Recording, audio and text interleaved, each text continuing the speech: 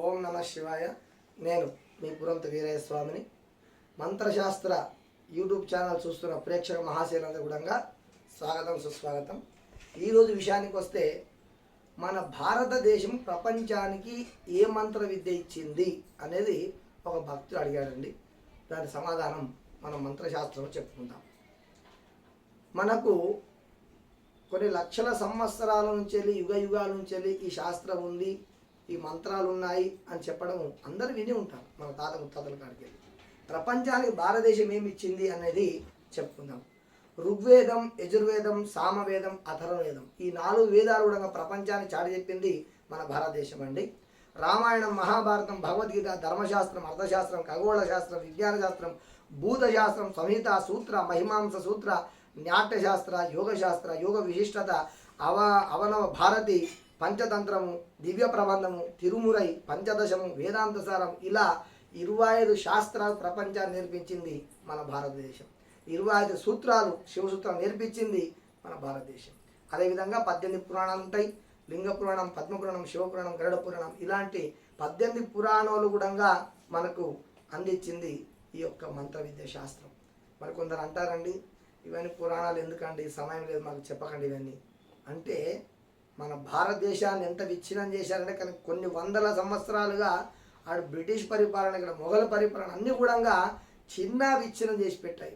ఈ యొక్క శాస్త్రాలలో ఏ ఒక్క శాస్త్రం పరిపూర్ణంగా చదివినా వాడు భారతదేశాన్ని వెళ్తాడండి. ఇది సత్యం సత్యం సత్యం. అందులో ఉంది ఆ అర్థము. ఈనాడు రామ మందిరం కట్టుకున్నామంటే మనం 500 సంవత్సరాలు కొట్లాడుతున్నాము. ఏ విధంగా కేసు గెలిచారు? ఈ పురాణ ద్వారా గెలిచింది. మీకు తెలుసా అండి? కాశీ జ్ఞానవాపీఠం కూడా ఈ యొక్క పురాణ ద్వారా ఇప్పుడు కోర్టులో కేసులు నడుస్తున్నాయి. రామ భట్టాచార్య అని చెప్పి మహారాజ్ స్వామీజీ పూర్వజన్మ శుక్రపడ మన భారతదేశంలో పుట్టాడతని, అతని కళ్ళు లేకున్నా సుప్రీంకోర్టులో కేసు వాదించేటప్పుడు చెప్పాడండి, పలానా రామాయణంలో పలానా పేజీలో పలానా ఈ నది ఒడ్డున ఈ అయోధ్య ఇక్కడ ఉంది అని చెప్పింది ఆ రామ భట్టాచార్య. అతని ద్వారా ఈనాడు సుప్రీంకోర్టులో కేసు గెలిచి రామ మందిరం కట్టుకున్నామంటే అతను పుణ్యం. ఇది పుక్కటి పురాణం కాదండి. కళ్ళు ఉన్న వాళ్ళ మనమే చదవలేకపోతున్నాము. కళ్ళు లేని మహానుభావుడు ఆ పేజీ నంబర్తో సహా ఈ నది ఒడ్డున అయోధ్య ఉందని ఎలా చెప్పగలిగాడు?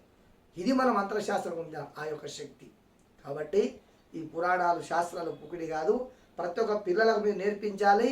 రేపటి భావి తరాలకు ఎదిరించే ఆ యొక్క ప్రశ్న వెయ్యాలి అంటే ఈ శాస్త్రం తెలిసి ఉండాలి.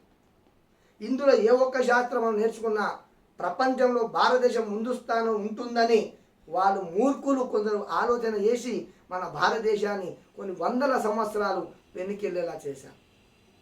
మన దగ్గర ఉన్న ప్రతి ఒక్క శాస్త్రాలు, ఋగ్వేదాలు అన్నీ కూడా దోచుకొని వెళ్ళారు. వాళ్ళు చదివి ఎన్నో సైన్స్ అంటున్నారు, ఇంజనీర్ అంటున్నారు, టెక్నాలజీ అంటున్నారు, ఏదేదో పేర్లు పెట్టి వాళ్ళు చెప్పుకుంటారు. దానికంటే ముందే ప్రపంచంలో ఎవరు బట్టలు కట్టలేని నాడే మన భారతదేశంలో పట్టు చీరలు కట్టారు. ఏ రాజుకు లేని అలంకారం ఉన్న రోజే మనకు నవరత్న కిరీటాలు ఉన్నాయి. ఇంతటి మహా గొప్పది మన భారతదేశాన్ని తక్కువ అంచనా ఎవరు వేయకూడదు. దయచేసి తెలుసుకోండి. ప్రతి ఒక్కరు దీని మీద సెర్చ్ చేయండి. వేదాలేంది, శాస్త్రాలేంది, పురాణాలేంది, ఉపనిషత్తులేంది, వేదాంగాలేంది, ఇవన్నీ ఎందుకు ఉన్నాయి అనేది ఒక్కొక్కరు ఒకదాన్ని సెర్చ్ చేయండి. మీ అంత గొప్ప మహానుభావుడు ఇంకోరు ఉండరుగాక ఉండరని చెప్పి ఈ మంత్ర ఛానల్ ద్వారా తెలుపుతున్నాను. ఓం నమ శివాయ.